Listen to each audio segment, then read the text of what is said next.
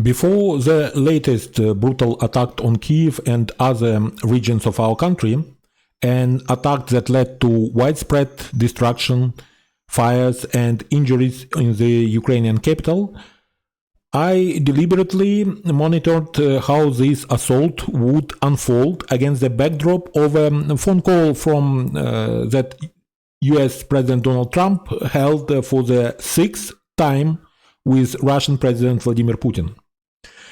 I've grown accustomed to the fact that Putin either launches missile strikes on Ukrainian territory before his conversation with Trump or begins them immediately after those calls end. This horrific attack was no exception to that criminal Putin pattern.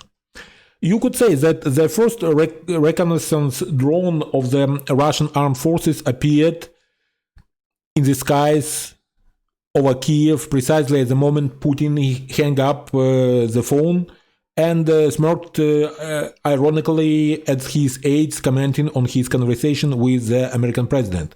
Then, when the first air raid sirens rang out in Kyiv, sirens that would wail on for long, difficult hours that residents of Kyiv spent in shelters, in metro stations, in the basement of their homes under assault by the Russian army.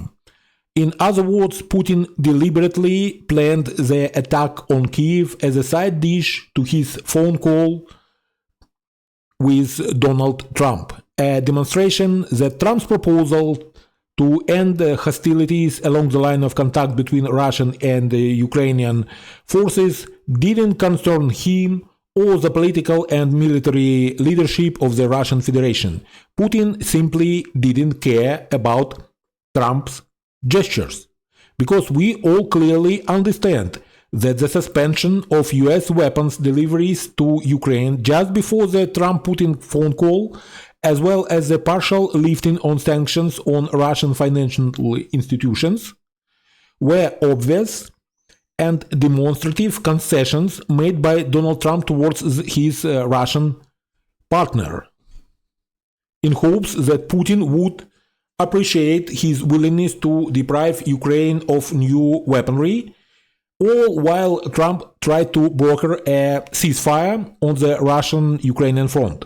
But as expected, Putin ignored these concessions. Trump himself was forced to admit that he could not achieve any progress in negotiations with Russian president, that he did not recognize Putin anymore, and that Putin clearly had no intention of ending this war.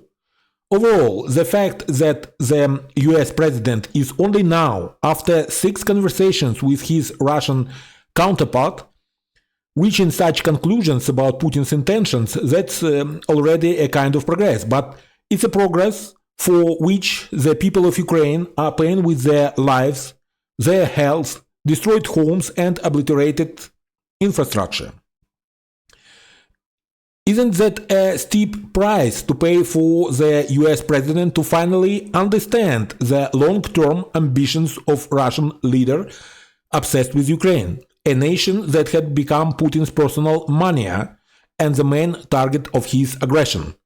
This attack, for all its tragedy, reconfirms a simple political truth we've been repeating since Trump first entered the White House. Trump's desire to end the political isolation of the Russian dictator was a grave political mistake. A mistake for which Ukrainians are paying with their lives. A mistake that will escalate crises in other parts of the world.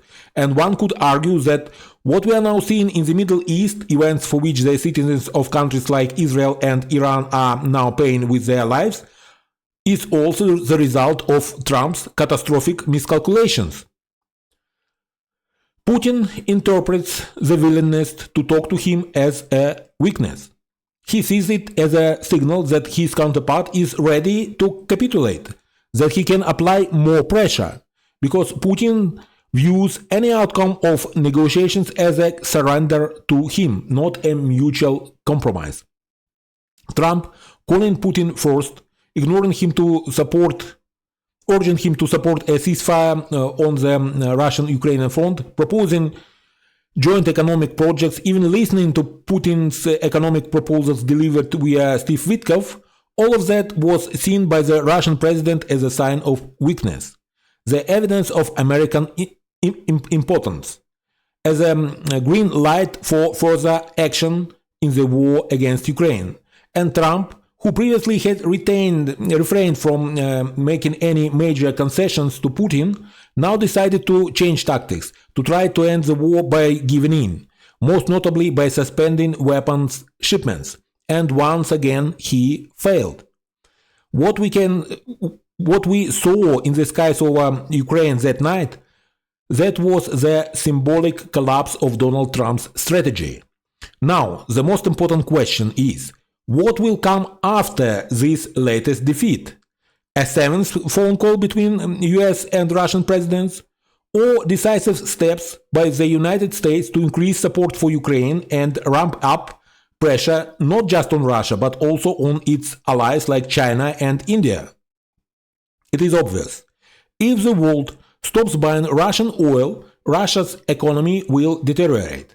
It will trigger serious social and economic upheavals, ultimately leading to the collapse of the Russian state's normal functioning and plunging its citizens into decades of darkness and stagnation, a black age without escape. That's the Russia we must strive to create. That's the Russia we must see emerge after this war. But to push Russia into that dead end requires serious joint actions from the United States and European nations. Not more concessions, but relentless pressure.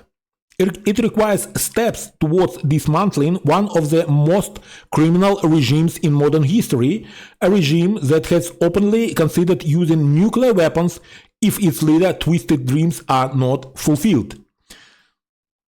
In the aftermath of this latest attack on Kyiv and other Ukrainian cities and regions, these are the conclusions Donald Trump must and still can draw. Thank you for watching. Have a nice day. Slava Ukraini!